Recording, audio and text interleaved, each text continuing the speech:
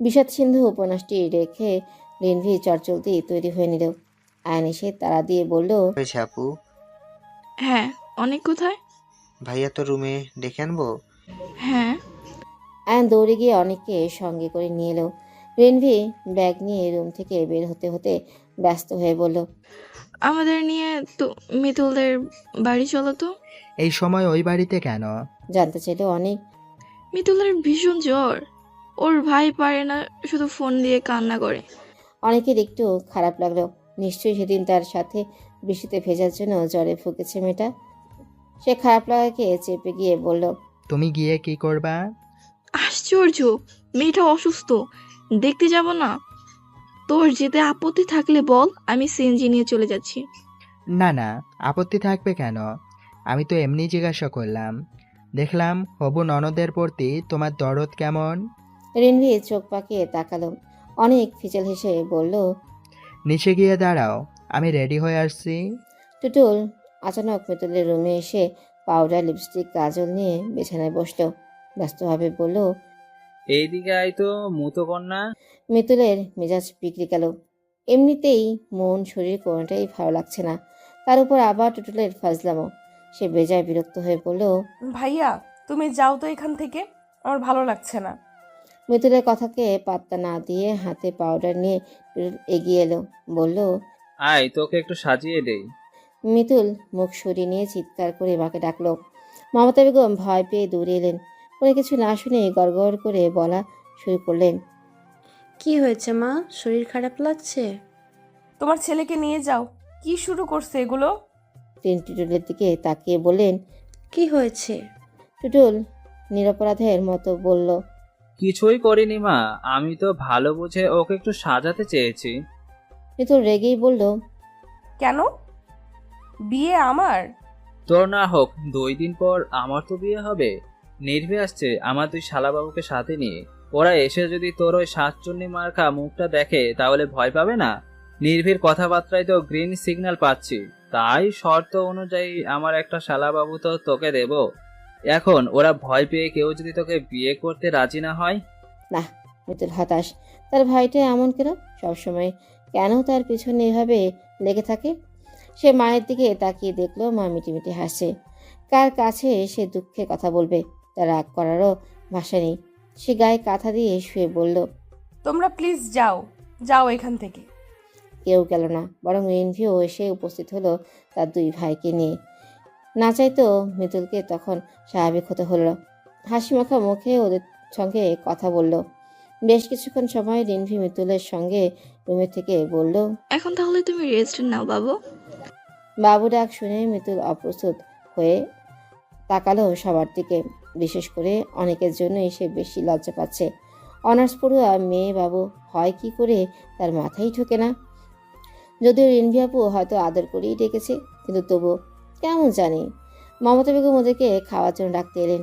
আয়ান মিতুলের গাল টেনে বলল, দ্রুত সুস্থ হয়ে আমাদের বাসায় এসে সুন্দরী আপু। মিতুল আয়ানের চুলে হাত বুলিয়ে দিল। সবার সাথে দরজা পর্যন্ত গিয়ে অনেক একাই ফিরে এলো। প্যান্টের পকেট থেকে দ্রুত হাতে কিছু চকলেট বের করে মিতুলের কোলের উপর রাখলো। দরজার দিকে তাকিয়ে 2 হাতে কান ধরে বলল, I am extremely sorry Mitul, আমার জন্য এখন তোমাকে এতটা অসুস্থ হতে হলো। সেদিন বাইকে না এসে রিকশায় দিয়ে গেলে বৃষ্টিতে ভিজতে হতো না। প্লিজ ক্ষমা করে দিও, আর নিজের খেয়াল রেখো। কথাগুলো বলেই আর দাঁড়ালো না। বড় বড় পা ফেলে ড্রয়িং রুমে যাওয়ার জন্য উদ্যত হলো। মিতুল পেছন থেকে বলল, আমি রাগ করিনি, আর সরি বলারও কিচ্ছু নেই, কিন্তু চকলেটের জন্য থ্যাংক ইউ। অনেক যাওয়ার পূর্বে পেছনে তাকিয়ে মুচকি হাসলো এবং হাত বাড়িয়ে রুমের লাইটটা নিভিয়ে দিয়ে এলো, যাতে করে অন্ধকারে রুমটা ঠান্ডা হয় এবং মিতুলও স্বস্তিতে শুয়ে থাকতে পারে। রূপক শুয়ে শুয়ে ফোনে গান শুনছে। গত পরশু তার জ্বর ভালো হয়েছে, এখন সে পুরোপুরি সুস্থ। 3 দিন ধরে মিতুলের কোনো খবর নেই। সে তো হরহামেশা বাইরেই যাচ্ছে। একদিনও মিতুলের সঙ্গে দেখা হলো না। কলেজেও কি যায় না? না চাইতেও সে মিতুলের চিন্তায় বুঁদ হয়ে যায় মাঝে মাঝে। টুম্পা এসে সন্ধ্যার নাস্তা টেবিলের উপর রেখে বলল, ভাইয়া, আম্মু বলছে সবগুলো এখানে তোমার পছন্দের খাবার, একটাও যেন না থাকে প্লেটে।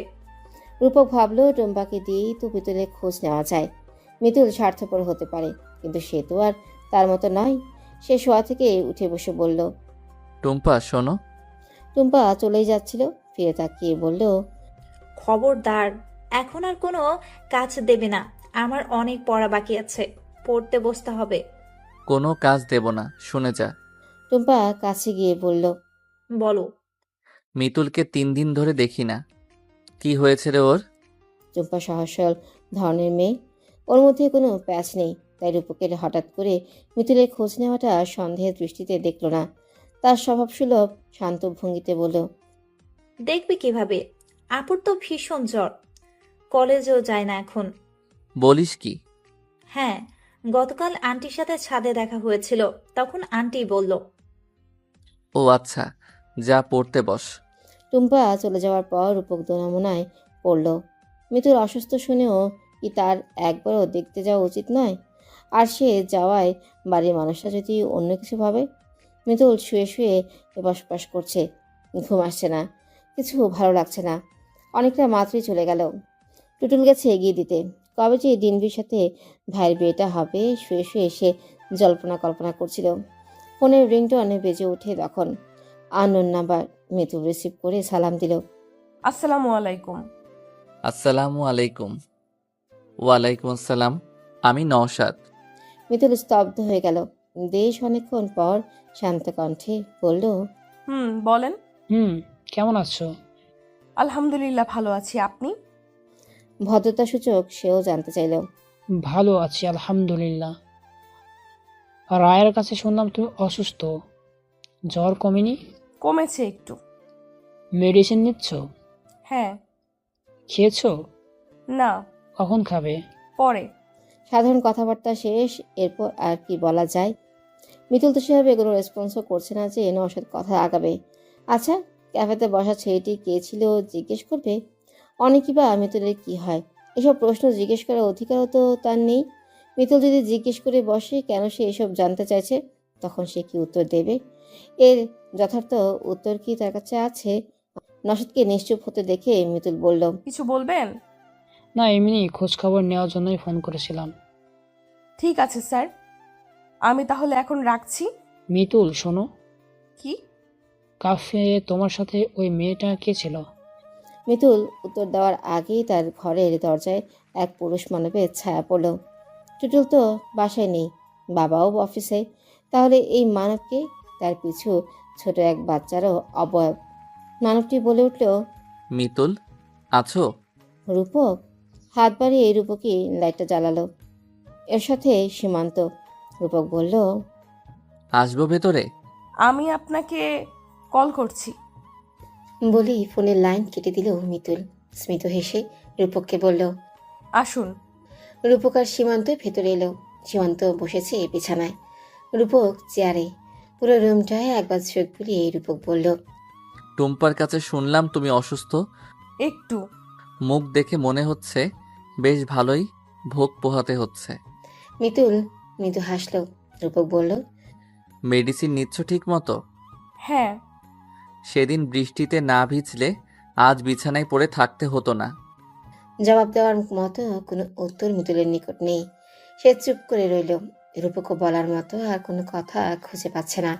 সে উঠে দাঁড়ালো চলে যাওয়ার জন্য। একটিবার মিতুলের মলিন মুখের দিকে তাকিয়ে বলল, নিজের খেয়াল রেখো। মিতুল মাথা নাড়ালো। রূপক আর থাকেনি সেখানে। সীমান্তকে নিয়ে তৎক্ষণাৎ চলে এসেছে। এদিকে পরে ফোন করছি বলেও মিতুল আর নওশাদকে ফোন করেনি। ফোনের অপর প্রান্তে চাতক পাখির মতো রাত 12টা অবধি অপেক্ষা করে নওশাদ হতাশ হয়ে পড়ে। মিতুল যে কল করবে না বেশ বুঝতে পারে সে। দীর্ঘশ্বাস বেরিয়ে আসে তার ভেতর থেকে। এত রাতে ফের কল করাটাও খারাপ দেখায়। তাই নওশাদও আর তাকে কল দিল না। কাল সকালে না হয় কল করা যাবে। প্রত্যুষে আজ ঘুম ভাঙার পর মিতুলের কিছুটা সুস্থ বোধ লাগছে নিজেকে। মাথা ভার নেই, ঝিমঝিম করছে না। শরীরে তাপমাত্রা অনেকটাই স্বাভাবিক মনে হচ্ছে। শরীর আগের তুলনায় বেশ হালকাও লাগছে। প্রতিদিন মমতা বেগম এসে তাকে ঘুম থেকে তুলে ফ্রেশ করে দেয়, তারপর খাইয়ে দেয়। আজ তিনি এসে দেখলেন মিতুল আগে থেকেই উঠে ফ্রেশ হয়ে চুল বাঁধছে। মেয়েকে এমন সপ্রতিভ দেখে মনে মনে শান্তি পেলেন। পেছনে দাঁড়িয়ে কাঁধে হাত রেখে জিজ্ঞেস করলেন, আজ কি শরীরটা একটু ভালো লাগছে? একটু না মা, অনেকটাই ভালো লাগছে, ঝরঝরে লাগছে বেশ। আলহামদুলিল্লাহ, খাবি আয়। তুমি যাও, আমি আসছি। মমতা বেগম চলে যাওয়ার পর মিতুল চুল বেঁধে খেতে আসলো। অনেকদিন পর মা মেয়েতে মিলে বেশ আনন্দের সাথে গল্পগুজব করতে করতে খাচ্ছে। মিতুল খেতে খেতে জিজ্ঞেস করলো, ভাইয়ের বিয়ের ব্যাপারে কথা কতটুকু এগুলো মা? দুই পরিবারই রাজি। ভাইয়ার রিনভি আপু? টুটুল তো আগে বিয়ে করবে না বলতো, এখন দেখছি আল্লাহ সুবুদ্ধি দিয়েছে। টুটুলও রাজি, রিনভিও রাজি। এখন শুধু দুই পরিবার বসে বিয়ের ডেট ফাইনাল করব। মিতুল খুশিতে উল্লসিত হয়ে বলল, ইয়ে, আমার যে কি খুশি খুশি লাগছে মা। টুটুলের বিয়েটা হয়ে গেলে তোরও বিয়ে দেব। ইস, আমি এত জলদি বিয়ে করব না। তিনি চোখ বড় বড় করে বললেন, এত জলদি কোথায় দেখছিস? তোর বান্ধবীরা বিয়ে শাদি করে বাচ্চার মা হয়ে বসে আছে। তো তখন কেন বিয়ে দাওনি? আমারও তাহলে কয়েকটা টাকুর টুকুর থাকতো। টাকুর টুকুর আবার কি? মিতুল হেসে বলল, বাচ্চা কাচ্চা। ফাজিল। মিতুলের খাওয়া প্রায় শেষের দিকে। নওশাদ গতকাল রাতে ফোন করেছিল, মনে পড়ে যায় তার। সে তার মাকে বলল, মা, নওশাদ স্যার ফোন করেছিল। তিনি অবাক হলেন না। একই কলেজে যখন আছে তখন দেখা সাক্ষাৎ হবে, কথা হবে, স্বাভাবিক। কিন্তু নওশাদ যে কি চায় সেটা তিনি জানেন না। মেয়েকে জিজ্ঞেস করলেন, কবে? গতকাল রাতে। কি বলল? এমনি খোঁজ খবর নিচ্ছিল। মা, আমার কি মনে হয় জানো? কি? তিনি আমাকে পছন্দ করেন। জানি। মিতুল অবাক হয়ে বলল, তুমি কিভাবে জানো? নওশাদ গ্রামের অনেকের কাছেই অনেকবার তোর খোঁজ করেছে। সেসব কথা তোর দাদা চাচারাও শুনেছে। কথা কি আর গোপন থাকে? তার মধ্যে আবার গ্রাম, যা না হয় তার চেয়ে বেশি রটে। তোর চাচারা তো ভীষণ রেগে গেছিল এসব শুনে। আমি তো এসব কিছু জানতাম না। তোকে জানানো হয়নি, তাই তুই জানিস না। এক সেকেন্ড চুপ থেকে তিনি ফের বললেন, মিতুল, তুই কি নওশাদকে এখনো ভালোবাসিস? মিতুল প্রথমে ভ্যাবাচেকে খেয়ে যায়, পরক্ষণে নিজেকে সামনে নিয়ে বলে, না মা, তার প্রতি আমার কোনো অনুভূতিই নেই এখন আর। সত্যি হয়তো তখন আবেগের বশে ওরকম পাগলামি করে ফেলেছিলাম।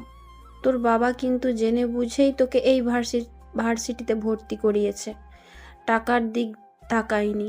প্রাইভেট ভার্সিটিতে অনেক খরচ জেনেও তোকে এখানে দিয়েছে নওশাদের মুখোমুখি হওয়ার জন্য। নিজেকে দুর্বল প্রমাণ করিস না কখনো। এক ভুল যেন দ্বিতীয়বার আবার রিপিট না হয়। হবে না মা, যার প্রতি কোনো অনুভূতিই নেই তার সাথে আর ভুল হবে কিভাবে? বাবাকে দেখিয়ে দেব আগের মিতুল আর এখন নেই। মিতুল অনেক বদলে গেছে। নওশাদ তোকে সরাসরি কিছু বলেছে? না, কিন্তু তার ভাবে তো বোঝা যায়। তোকে যদি সরাসরি কখনো ভালোবাসার কথা বলে, তাহলে সময় নিয়েই না বলে দিবি। নওশাদের সাথে তোর সম্পর্ক কিন্তু কেউ মেনে নেবে না মা। তুমি শুধু শুধু ভয় পাচ্ছ মা। আমায় তুমি বিশ্বাস করো। তোমার থেকে কি কখনো কিছু লুকাই আমি? এবারও কিছু লুকাচ্ছি না। মমতা বেগম তৃপ্তির হাসি হাসলেন। ছেলে মেয়ের উপর তার অগাধ আস্থা এবং ভরসা আছে। হ্যাঁ, বয়সের দোষে আবেগের বশীভূত হয়ে অল্প বয়সে মিতুল একটা ভুল করে ফেলেছিল, এটা সত্য। কিন্তু সময়ের সাথে সাথে মিতুল নিজেকে সামলেও নিয়েছে। এরপর সে একাধিক প্রপোজাল পেলেও রিলেশনমুখী আর হয়নি। মিতুল খাওয়া শেষ করে নিজের রুমে চলে গেল। বিছানায় শুয়ে ফোন হাতে নিতেই দেখতে পেল 10+ মিস কল। গতকাল নওশাদ যে নাম্বার থেকে কল করেছিল সেই নাম্বার থেকে এতগুলো মিসড কল এসেছে। সে কল ব্যাক করবে কি করবে না দ্বিধাদ্বন্দ্বে থাকাকালীন সময়ে নওশাদ নিজেই আবার ফোন করলো। মিতুল রিসিভ করে সালাম দিল আগে। নওশাদ সালামের উত্তর নিয়ে বলল, এতবার ফোন দিলাম, কোথায় ছিলে? খাচ্ছিলাম। ও, কেমন আছো? আলহামদুলিল্লাহ, ভালো আছি। কেউ আর কিছু বলল না। দুই পাশে নীরবতা বিরাজমান। মিতুল ভাবছে নওশাদের সাথে সরাসরি এসব বিষয় নিয়ে আলোচনা করবে কিনা।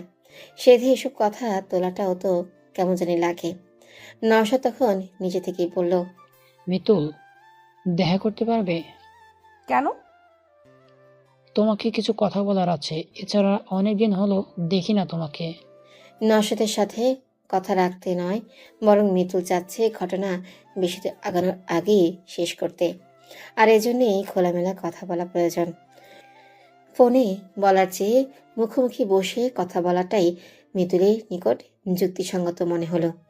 তাই সে রাজি হয়ে বলল, ঠিক আছে, আমি রেস্টুরেন্টের নাম মেসেজ করে দিচ্ছি। কখন দেখা করবেন?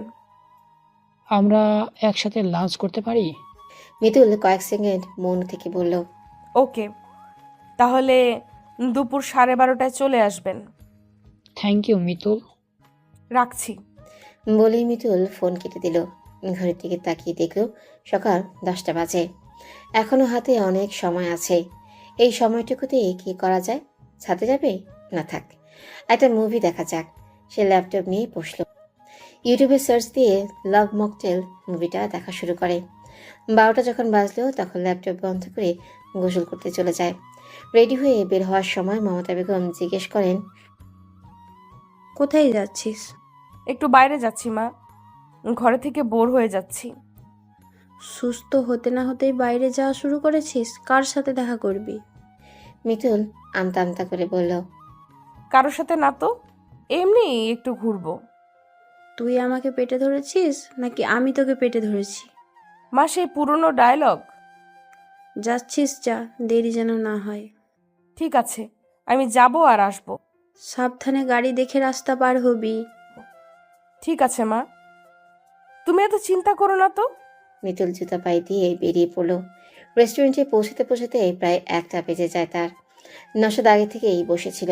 মিতুলকে দেখিয়ে একগাল হেসে হাত দিয়ে ইশারা করলো। মিতুল হাসলো না, রোবটের মতো গিয়ে নওশাদের মুখোমুখি বসলো। নওশাদ মিতুলকে খেয়াল করে বুঝল মিতুল মাত্রই গোসল করে এসেছে। ভেজা চুল থেকে পানি পড়ছে। সাজগোজ বলতে ঠোঁটে হালকা লিপস্টিক শুধু। কি স্নিগ্ধ আর পবিত্র লাগছে দেখতে। নওশাদ মেনু কার্ড এগিয়ে দিয়ে বলল, কি খাবে বলো? যা ইচ্ছে অর্ডার দিন। নওশাদ ফ্রাইড রাইস, চিকেন, সালাদ আর কোক অর্ডার করলো। লাঞ্চের পূর্বে সে দুটো জুসও দিতে বলল ওয়েটারকে। মিতুল রেস্টুরেন্টে এদিক ওদিকে তাকাচ্ছে। কেমন যেন নার্ভাস লাগছে, স্বাভাবিক হতে পারছে না। ওর আশ্বস্তি বুঝতে পেরেই নওশাদ শুধালো, ক্লাস করবে কবে থেকে? মিতুল নওশাদের দিকে তাকালো না। নখ দিয়ে টেবিল খুঁড়তে খুঁড়তেই বলল, দেখি কাল যেতে পারি। বাসার সবাই ভালো আছে? হ্যাঁ আলহামদুলিল্লাহ, আপনার? আলহামদুলিল্লাহ, আমারও বাড়ির সবাই ভালো আছে। ওয়েটার এসে জুস দিয়ে গেল। নওশাদ গ্লাসটি মিতুলের দিকে এগিয়ে দিয়ে বলল, খাও। মিতুল স্ট্র নিয়ে নাড়াচাড়া করছে, কোনোভাবেই সহজ হতে পারছে না। নওশাদ বুঝতে পেরে বলল, কি হয়েছে মিতুল, তুমি কি নার্ভাস? মিতুল ঈষৎ হেসে বলল, না স্যার, ঠিক আছি আমি। এরপর বলল, ম্যাম কেমন আছে?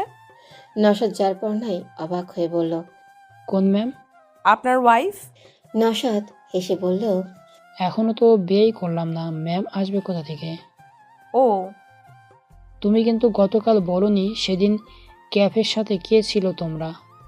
পরিচিত, আপনি চিনবেন না। ও, আমি ভেবেছিলাম অন্য কিছু। অন্য কিছু? আমি অবশ্য এমনটাই ভেবেছিলাম। কেমন? ক্যাফে সেদিন আপনার সঙ্গেও তো একটা মেয়ে ছিল, তাই না? আমি তাকে ম্যাম ভেবেছিলাম, মানে আপনার ওয়াইফ। না না, তেমন কিছু নয়, অনেকেই তোমার অপরিচিত। হ্যাঁ, তার বোনের সাথে আমার ভাইয়ের বিয়ের কথাবার্তা চলছে। টুটুল ভাই এখনো বিয়ে করেনি। বউ থাকলে কি আরেকটা বিয়ের জন্য মেয়ে দেখতো? নওশাদ কিছুটা লজ্জা পেল। সে তো ভুলেই গিয়েছিল তার সামনে বসে থাকা মেয়েটি এখন আর ছোট্ট মিতুল নেই। কথার প্যাঁচ ধরতে শিখে গেছে। অনেক কথার কঠিন কঠিন জবাবও দিতে পারে এখন এই মিতুল। নওশাদকে নিশ্চুপ দেখে মিতুল শুধালো, সেই মেয়েটা কে তাহলে স্যার? নওশাদ ভাবুক চিত্তে চেয়ে আছে। মিতুলের থেকে কিছু না লুকানোই বোধহয় ভালো হবে। সে প্রলম্বিত শ্বাস নিয়ে বলল, ওর নাম চৈতি, বিয়ের জন্য বাড়িতে মেয়ে দেখছে, বাবা মায়ের ওকে খুবই পছন্দ। আসলেই? কিন্তু আপনাদের দারুণ মানিয়েছে, বিয়েটা জলদি করে ফেলুন। ওয়েটার এসে এবার লাঞ্চ দিয়ে গেল। মিতুল এখন বেশ স্বাভাবিক, কথার সুর ও প্রসঙ্গ খুঁজে পেয়েছে। সে খেতে খেতে বলল, বিয়ে কবে করছেন? নওশাদ জ্যোতিষই কোনো জবাব খুঁজে পেল না। সে তো চৈতিকে বিয়ে করতে চায় না, এটা মিতুলকে বলবে কি করে? ভাবনা ছেদ পড়ল নওশাদের। স্মিত হেসে বলল, কিছু না, খাওয়া শেষ করি আগে। খাওয়ার সময় কি কথা বলা যায় না? যাই। তাহলে আচ্ছা বলো, কি জানতে চাও? আমি কি জানতে চাইবো? আপনিই তো বললেন আমাকে নাকি কি বলবেন। নওশাদ ইতস্তত করে বলল, হ্যাঁ, তাহলে বলুন। খাওয়াটা শেষ করি। মিতুল আর জেদ না করে বলল। আচ্ছা। এরপর দুজনে আর কোনো কথাই বলল না। খাওয়ার মাঝে নওশাদ মনে মনে কথাগুলো গুছিয়ে নেওয়ার চেষ্টা করছে। মিতুল অর্ধেক খাবার খেয়ে আর খেলো না। পানি খেয়ে চুপ করে বসে রইল সে। নওশাদের খাওয়া শেষ হলে ওয়েটার এসে প্লেটগুলো নিয়ে গেল। মিতুল নড়েচড়ে সোজা হয়ে বসে বলল, এবার বলুন। নওশাদ টিস্যুতে মুখ মুছতে মুছতে বলল। তুমি কি এখনো আমাকে ঘৃণা করো মিতুল? মিতুলের যেন উত্তর রেডি ছিল এমনভাবে বলল। এর সঠিক কোনো উত্তর আসলে আমার কাছে নেই। কিন্তু আমি উত্তরটা জানতে চাই। দেখুন স্যার, সেই ঘটনার পরে সময়ের কালক্রমে আমি আপনাকে ভুলেই গেছিলাম। কলেজে যদি না দেখতাম তাহলে হয়তো ফের মনেও পড়তো না। তাহলে যাকে মনেই ছিল না তার প্রতি ঘৃণা থাকবে কি করে? তাহলে রাগ, জেদ, ক্ষোভ এইসবও আছে কিনা জানি না, কিন্তু পুরনো স্মৃতি টেনে আনলে বলতে হবে সেই আঘাত হয়তো ভুলতে পারবো না। আপনি আপনার জায়গায় হয়তো ঠিকই ছিলেন, কিন্তু সেদিন সবার সামনে আমাকে দেওয়া আপনার থাপ্পড়, জাস্ট এই আঘাতটাই বোধহয় সারা জীবন ভুলতে পারবো না। আমিও পরে নিজের ভুলটা বুঝতে পেরেছি মিতুল। সেদিন রাগের বশে বাড়াবাড়ি করে ফেলেছি, কিন্তু যতদিন নিজের ভুল বুঝতে পেরেছি ততদিন অনেক দেরি হয়ে গেছিল। অনেকবার খোঁজ করে তুমি পর্যন্ত পৌঁছাতে পারিনি। অতীতের সেই ঘটনার জন্য আমি অনুতপ্ত মিতুল। তোমার গায়ে হাত তোলা আমার উচিত হয়নি। আমাকে কি ক্ষমা করা যায় না? এখানে ক্ষমার কোনো প্রসঙ্গই আসছে না। আপনি আমার রিলেটিভ না, আমিও আপনার রিলেটিভ না। আবার এমনও নয় যে আমাদের মাঝে কোনো সম্পর্ক হবে যার জের ধরে আপনি ক্ষমা চাইবেন। কোনো সম্পর্কে কি হতে পারে না? মিতুল নির্লিপ্ত কণ্ঠে বলল, জি না স্যার। যদি বলি বিয়ে করতে চাই? বলতেই পারেন, বিয়েও করতে পারেন, তবে সেটা আমাকে নয়। কেন নয় মিতুল? তুমি না আমাকে ভালোবাসতে? কত পাগলামি করেছো। আপনি বারবার পুরনো কথা কেন টানছেন? তখন আর এখন সময়টা কি এক? অনেক কিছু বদলে গেছে, আমিও বদলে গেছি। এখন আর আপনার প্রতি আমার ভালো লাগা, দরদ, টান, ভালোবাসা কোনো কিছুই নেই। কেন, তুমি কি অন্য কাউকে ভালোবাসো? না। তাহলে সমস্যা কোথায় মিতুল? প্রয়োজনে আমি তোমার বাবা মায়ের কাছে গিয়ে ক্ষমা চাইবো। সেসবের দরকার নেই স্যার। আপনি কেন শুধু শুধু নিজের ইমেজ নষ্ট করবেন? এমন তো নয় যে আমি আপনাকে এখনো ভালোবাসি, তাই আপনি এটা করবেন না প্লিজ। মিতুল, জেদ থেকে এসব বলছো তাই না? না স্যার, দেখুন, এখন আর কোনো কিছুই ঠিক হওয়ার নয়। সময়ের সঙ্গে সঙ্গে অনেক কিছুই বদলে যায়। আমার বেলাতেও তাই হয়েছে। আগের আমি এখনকার আমি এক নই। সত্যি তখন আবেগের মধ্যে ছিলাম। তাছাড়া তখন যে আঘাতটা আমি পেয়েছি সেটা কখনোই ভুলতে পারবো না।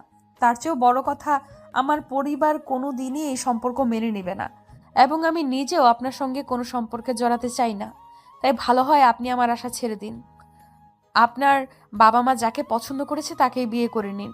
বিয়ে একটা পবিত্র সম্পর্ক, ভালোবাসা ঠিক হয়ে যাবে। ওইটার বিল নিয়ে এলো। মিতুল বিল দেখে পার্স থেকে টাকা বের করতে করতে বলল, বিলটা আমি দিয়ে দিচ্ছি। আপনার নতুন জীবনের শুরুর ট্রিট আমার পক্ষ থেকে। নওশাদ বিল কার্ড নিয়ে মিতুলের টাকা টেবিলের উপর রেখে দিল। এরপর নিজের ওয়ালেট থেকে টাকা বের করে বিল মিটিয়ে দিল।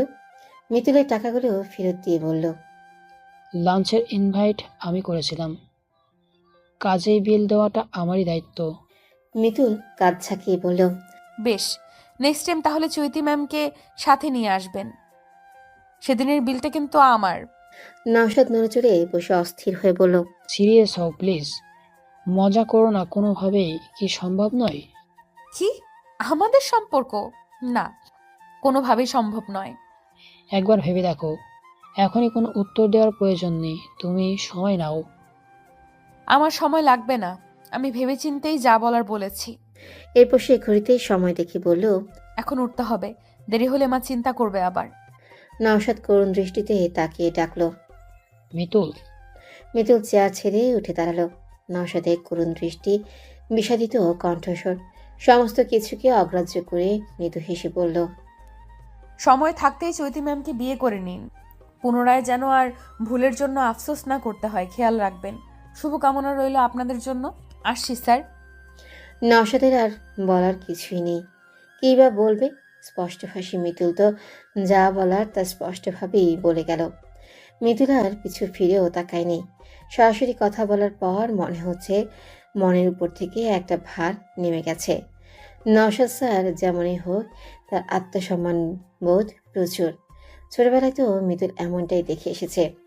আত্মসম্মানে জের ধরেই তো তিনি রাগ কন্ট্রোল করতে পারেননি সেদিন।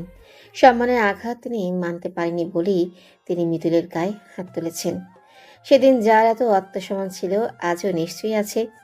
মিতুল সরাসরি না করার পর আশা করা যায় নওশাদ স্যারও আর মনে কোনো আশা রাখবে না। মিতুলও এটাই চায়। সে কোনো পিছু টানে নেই এখন আর, তাই সেও চায় নওশাদও তার পিছু টানে না থাকুক। এসব ভাবতে ভাবতে রেস্টুরেন্ট থেকে বের হওয়ার পথে গেটের সামনে রূপকের সঙ্গে দেখা হয়ে যায় মিতুলের। রূপকের সঙ্গে একটা মেয়েও রয়েছে।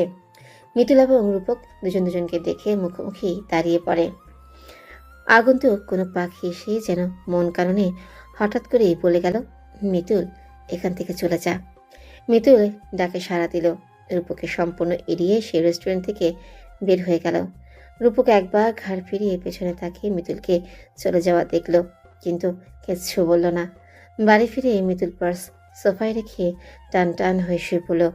মমতা বেগম ভ্রুকুচকে শুধালেন, ব্যাপার কি? মিতুল মিটমিট করে হেসে বলল, ব্যাপার আবার কি হবে? এভাবে শুয়ে পড়লি কেন? এমনি। এরপর সে শোয়া থেকে উঠে সোজা হয়ে বসল। মাকে টেনে পাশে বসিয়ে গলা জড়িয়ে ধরে বলল, আমি কোথায় গেছিলাম জানো মা? মমতা বেগম জিজ্ঞাসা দৃষ্টিতে তাকালেন। মিতুল বলল, নওশাদ স্যারের সঙ্গে দেখা করতে গিয়েছিলাম। কেন? বিস্মিত হয়ে জানতে চাইলেন তিনি। সে ফোন করেছিল, বলল দেখা করতে। আমাদের ধারণাই ঠিক, সে আমাকে বিয়ে করতে চায়। তুই কি বললি? বলেছি সম্পর্ক কখনো হবে না। শুরু থেকে বল। মিতুল সোফায় পা তুলে বসে শুরু থেকে শেষ অব্দি সবটা বলল। মমতা বেগমকে সব শুনে তিনি নিশ্চিন্ত হয়ে বললেন, যাক, ভালোই করেছিস। এখন যা, গিয়ে ফ্রেশ হয়ে নে। তোর বাবা আর টুটুল ফিরলে সন্ধ্যায় রিম্বিদেরও বাড়িতে যাব। কেন? বিয়ের ডেট ফাইনাল করতে। ঠিক আছে।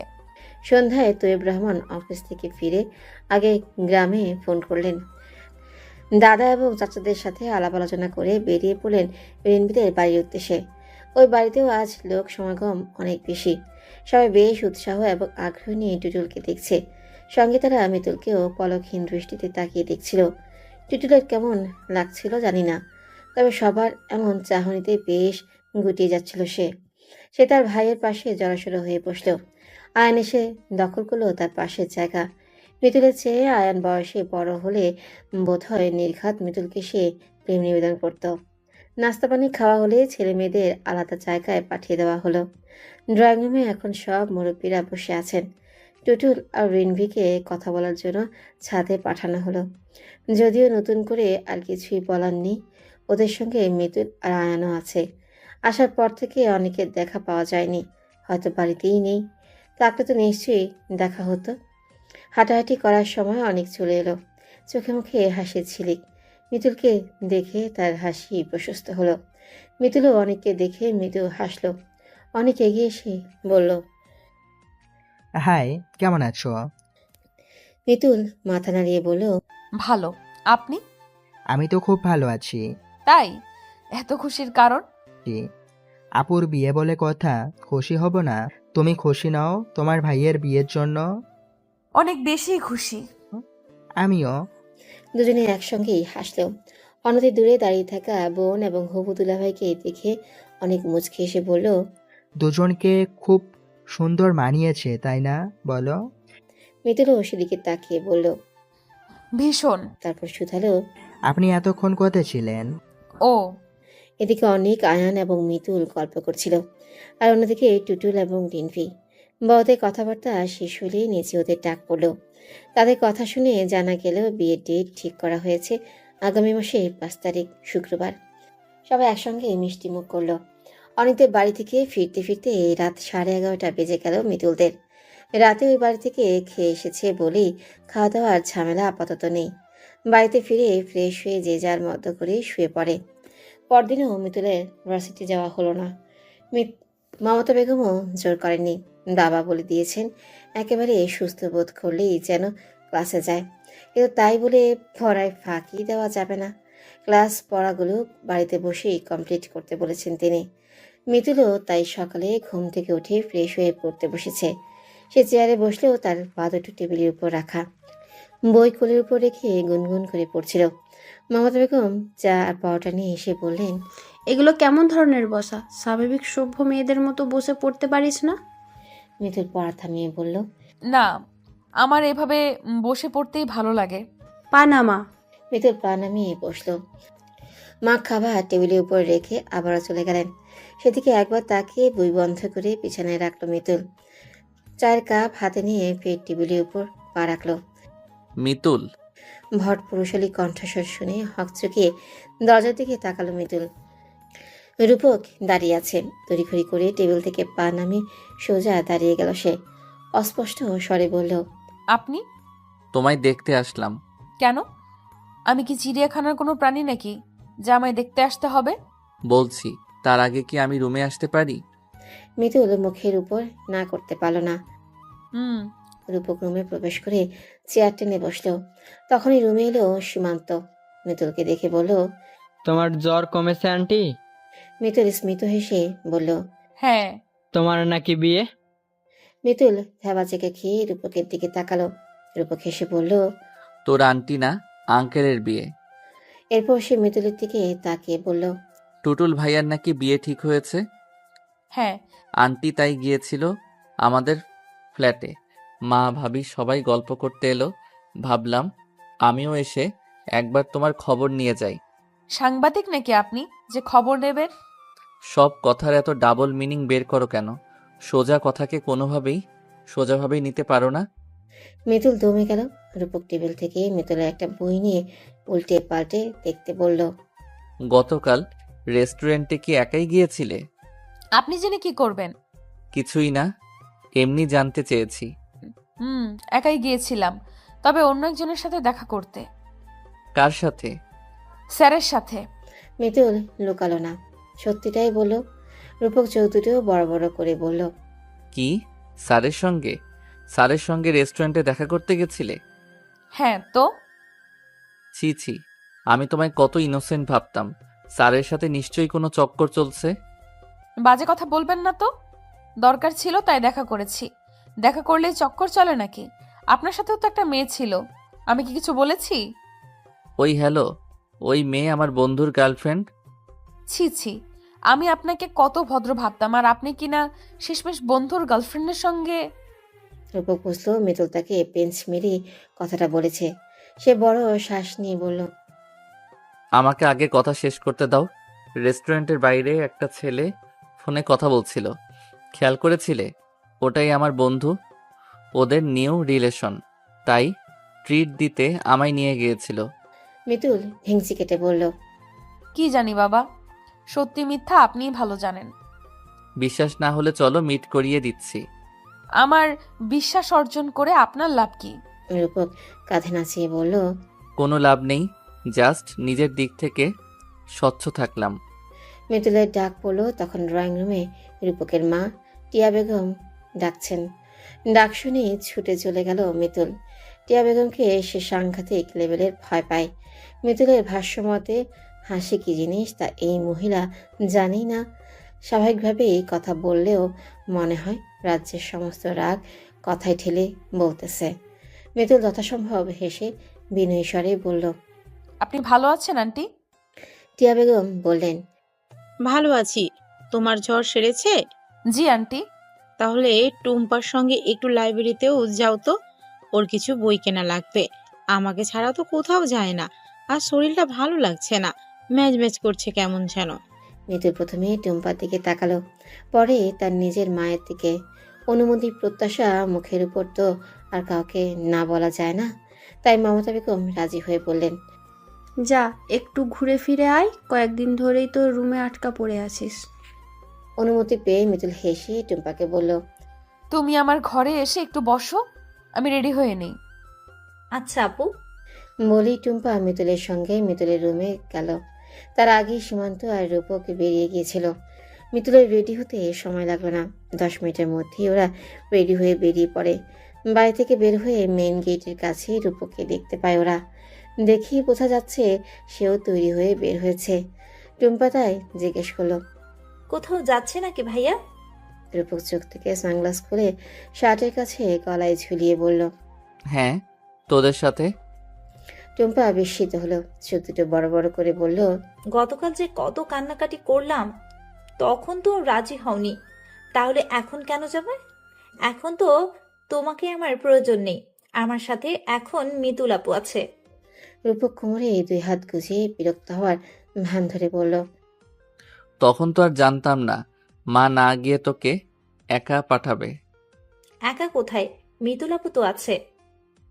তো তুইও মেয়ে, মিতুলও মেয়ে, দুজনেই পিচ্চি বাচ্চা।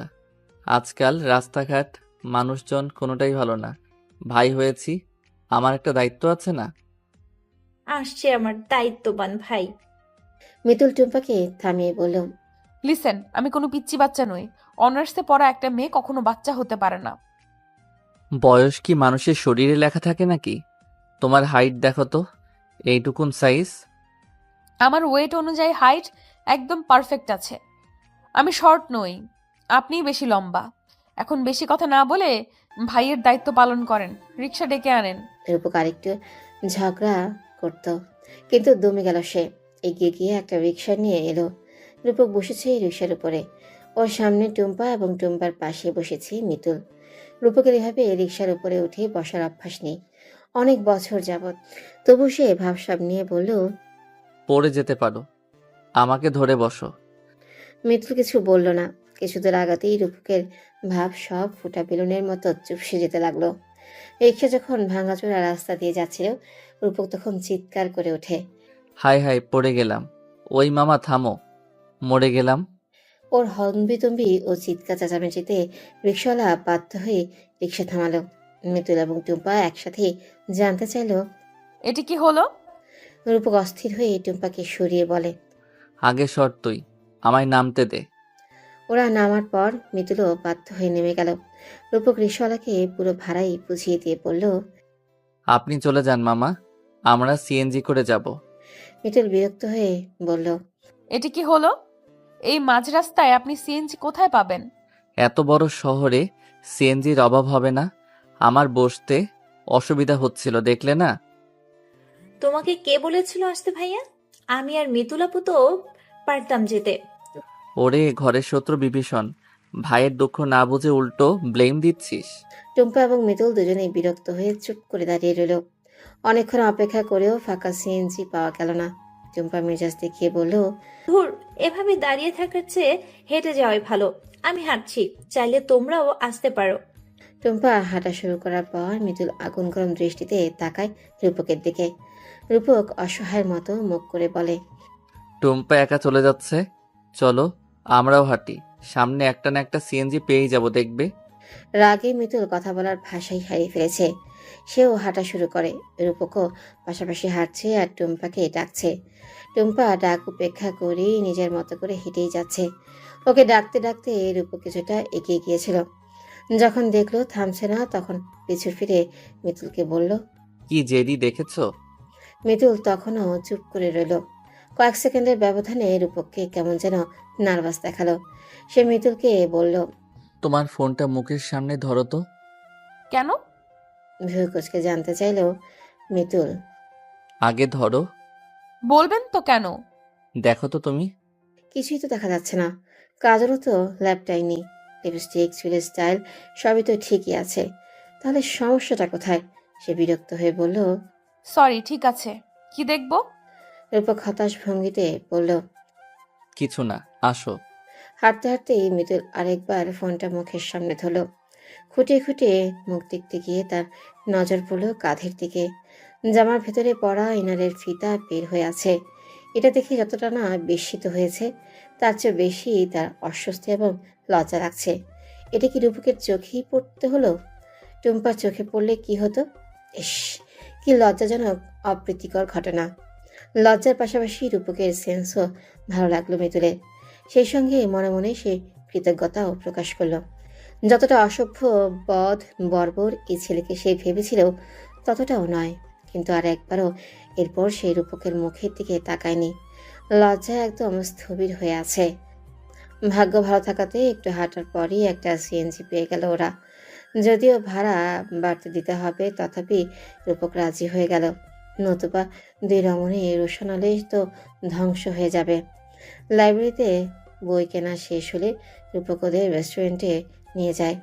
মিতুল আসতে চাইছিল না, রূপকের দিকে তাকিয়ে বারণও করতে পারছিল না। টুম্পার জন্যই আসতে হয়েছে। খাবার অর্ডার দিয়ে তিনজনে বসেছিল। টুম্পা বইগুলো ঘেটে ঘুটে দেখছে। মিতুলের মাঝে তখনও জড়তা কাজ করছিল। তারা একদম মুখোমুখি, আবার রূপক বসে আছে। কি যে এক যন্ত্রণা! ওর অস্বস্তি, লাজে রাঙা মুখ ও জড়তা লক্ষ্য করেই রূপক মিটমিট করে হাসছিল। মিতুল কি করবে বুঝতে না পেরে ফোনের ক্যামেরা বের করে চোখের কাজল দেখছে। কাজল কিছুটা লেপটে গেছে, তাই অন্য দিয়ে মুছছিল।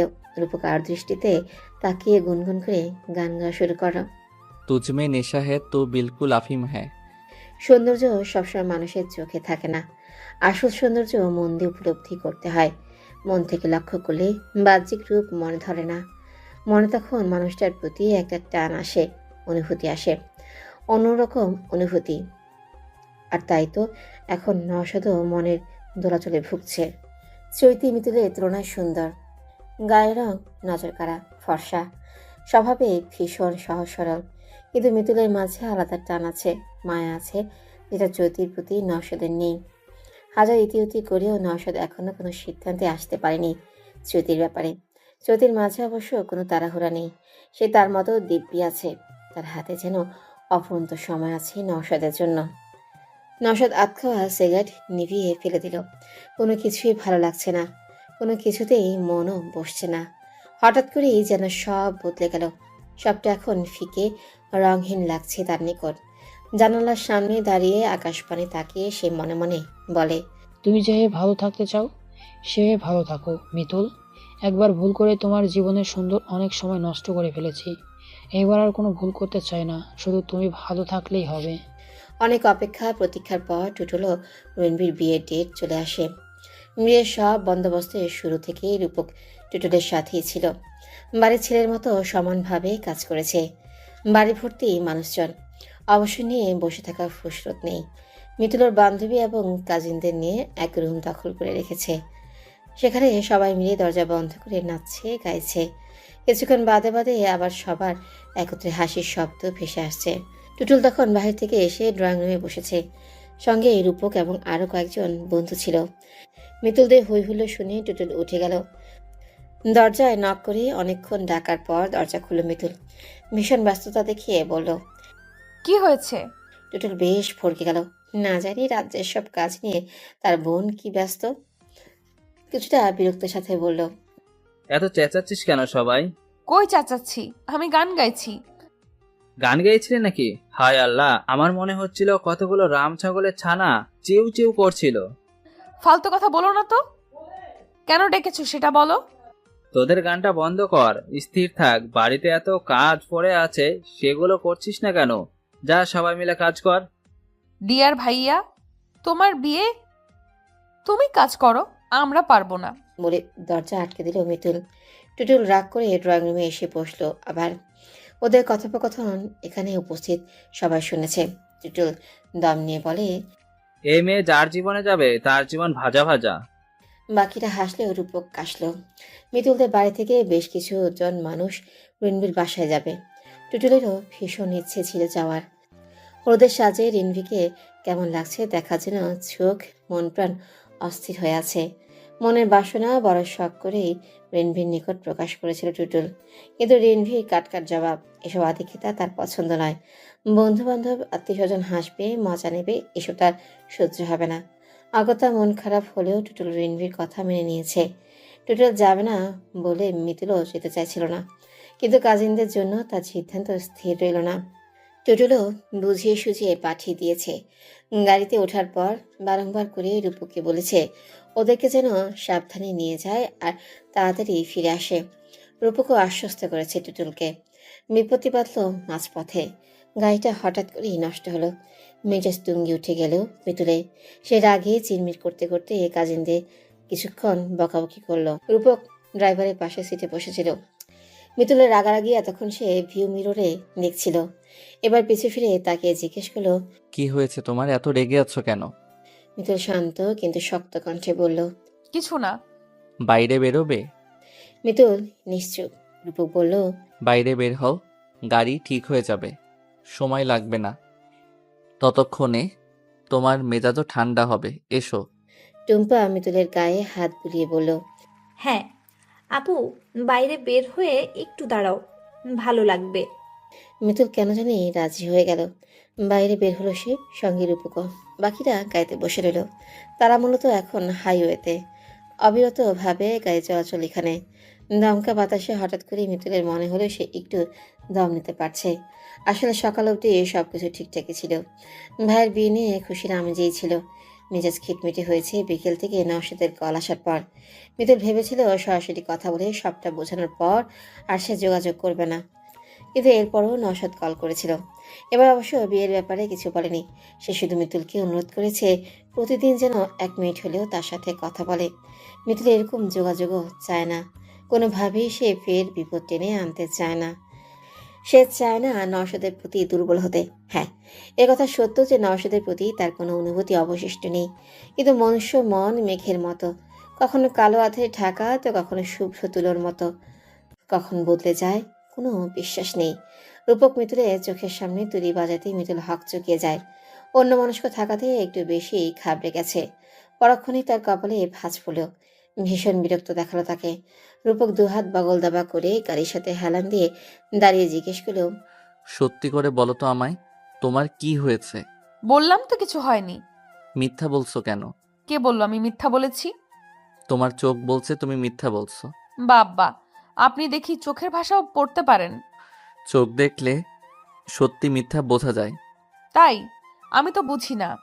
বুঝতে হবে না। আচ্ছা, বলতে না চাইলে এই কথা থাক। তোমাকে একটা প্রশ্ন করি, হুম। বলো তো, ভালোবাসা মানে কি? জানি না। জানো না? কেন, তুমি কাউকে ভালোবাসোনি? এসব জেনে আপনি কি করবেন? আচ্ছা, এটা বলো যে মেয়েরা কেমন ছেলে পছন্দ করে। আমি কি করে বলবো? আমি কি সব মেয়ের মনের খবর জানি নাকি? তুমি কেমন ছেলে পছন্দ করো? আমার বাবা আর ভাইয়ের মতো কেয়ারিং, নম্র, ভদ্র, যারা মেয়েদের সম্মান করতে জানে, ভালোবাসতে জানে। ব্যাস এইটুকুই? গাড়ি ঠিক হয়ে গেছে। ড্রাইভার এসে গাড়িতে উঠতে বলল। মিতুল গাড়ির দরজা খুলল। বসার আগে একবার রূপকের দিকে তাকিয়ে বলল, ভালোবাসার মানুষটার সঙ্গে থাকার জন্য এর চেয়ে বেশি কিছুর প্রয়োজন নেই। রূপক উত্তর শুনে আনমনে মৃদু হেসে গাড়িতে উঠে বসলো। ওরা রিনভিদের বাড়িতে গিয়ে রীতিমতো অবাক। বিরাটভাবে গায়ে হলুদের আয়োজন করা হয়েছে। ওদের বাড়ির সামনে থেকে রিসিভ করে নিল অনেক। সে মিতুলকে দেখে মুগ্ধ হয়ে বলল, ওয়াও, তোমাকে দারুণ লাগছে মিতুল। মিতুল মৃদু হেসে বলল, থ্যাংক ইউ। সবাই মিলে রিনভিকে হলুদ দিল। একসাথে ছবি তুলো। এরপর ওদের খাওয়া দাওয়ার ব্যবস্থা করা হলো।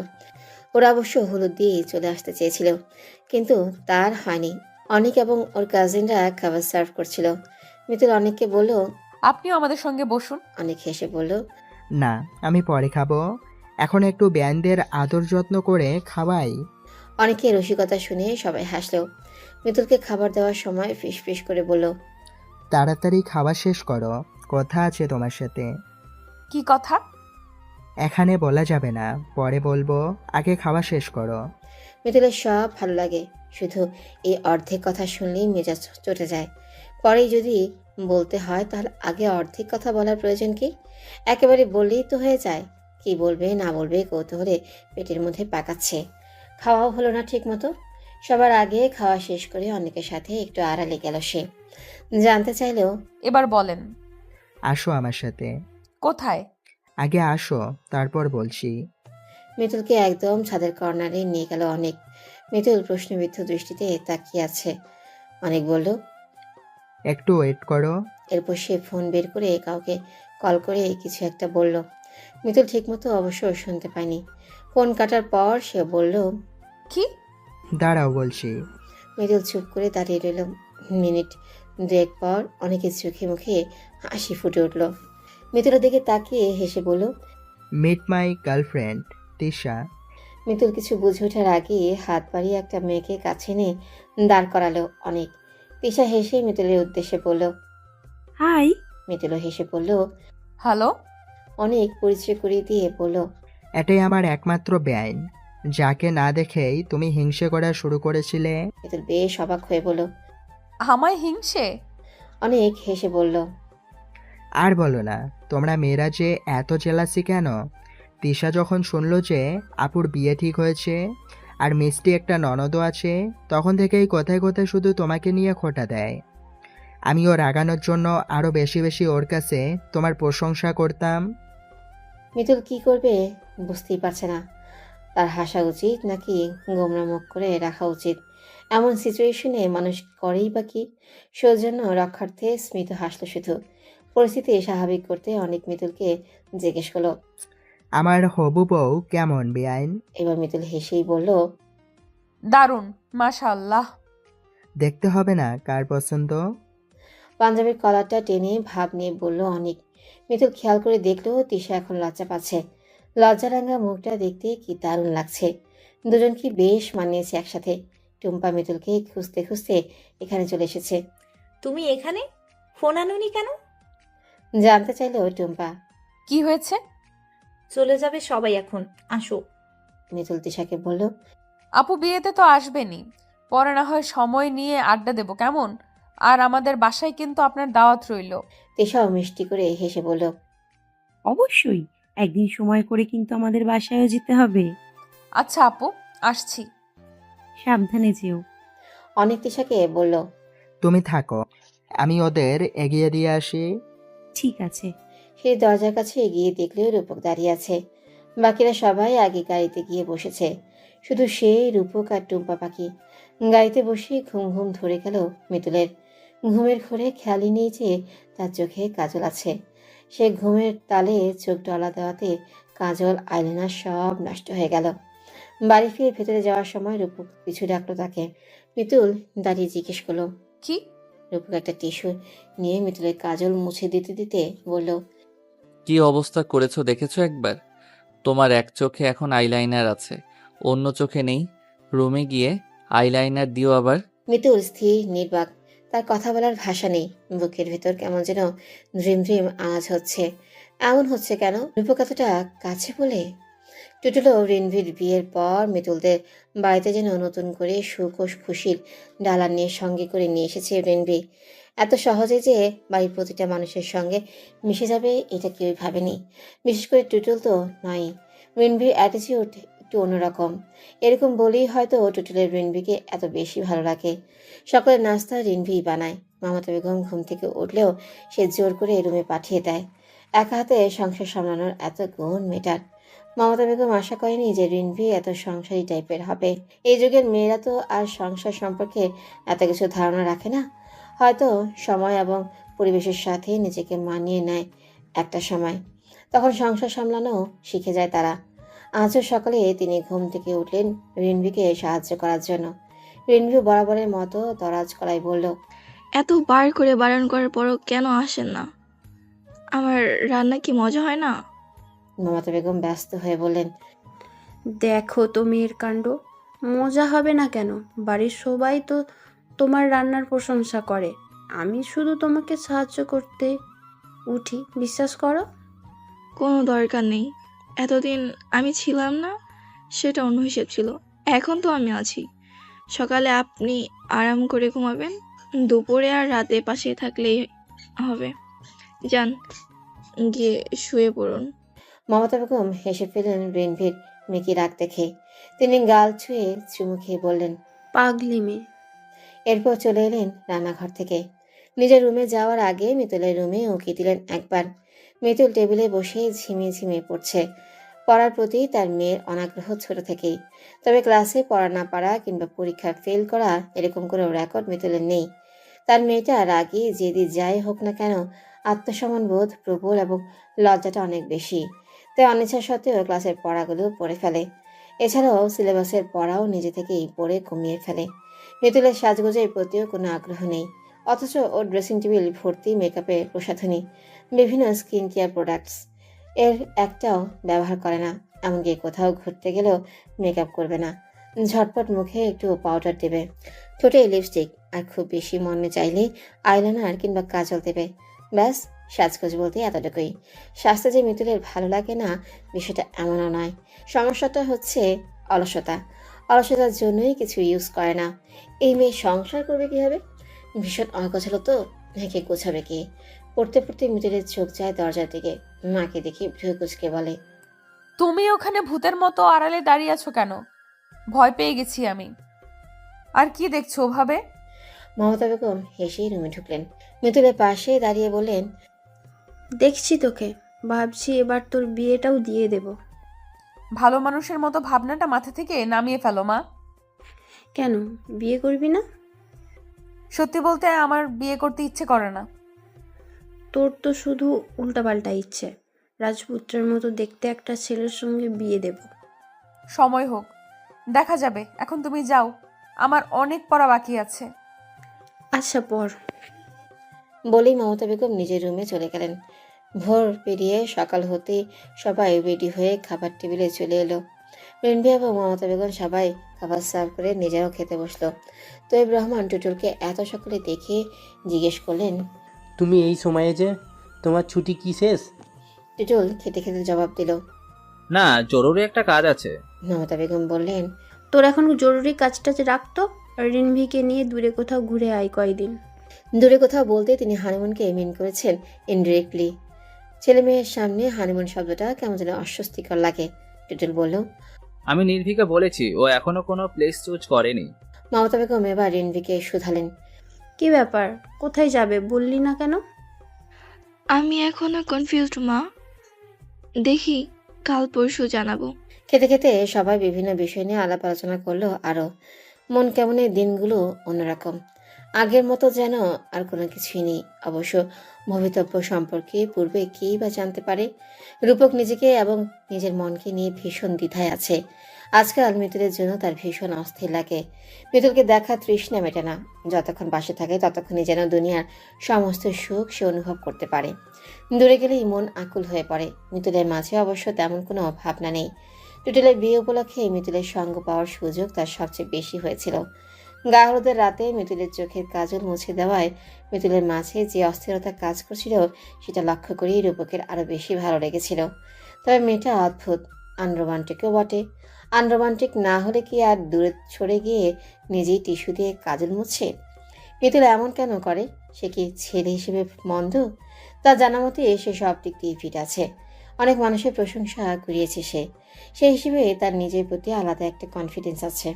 কিন্তু যখনই সে মিতুলের সামনে যায় তখনই তার সমস্ত কনফিডেন্স ভেঙে চুরমার হয়ে যায়। মিতুলের কাটকাট জবাব, কাঠিন্যতা, রাগের দৃষ্টি, ভাবলেশীন অনুভূতি সবকিছুই তাকে তখন দ্বিধায় ফেলে দেয়। মিতুলের প্রসঙ্গ বাদ। রূপক ভাবছে এখন নিজেকে নিয়ে তার এত অস্থিরতা, আকুলতার কারণ কি? তবে কি সে মিতুলের প্রেমে টেমে পড়ে গেল? উত্তর অবশ্য সে পায়নি। ব্রেইনের উপর চাপও প্রয়োগ করলো না। এসবের এখন সময় নেই। সে চটজলদি রেডি হয়ে রুম থেকে বের হলো। বাড়ির সবাই তখন নাস্তা করছিল। টুম্পা চোখে চশমা ঠিক করে বলল, এ কি ভাইয়া, এত সকালে উঠে পড়েছিস কেন? তাতে তোর কি সমস্যা? তোর খাবারে কি ভাগ বসিয়েছি? তুমি কি সোজা কথায় সোজা উত্তর দিতে পারো না?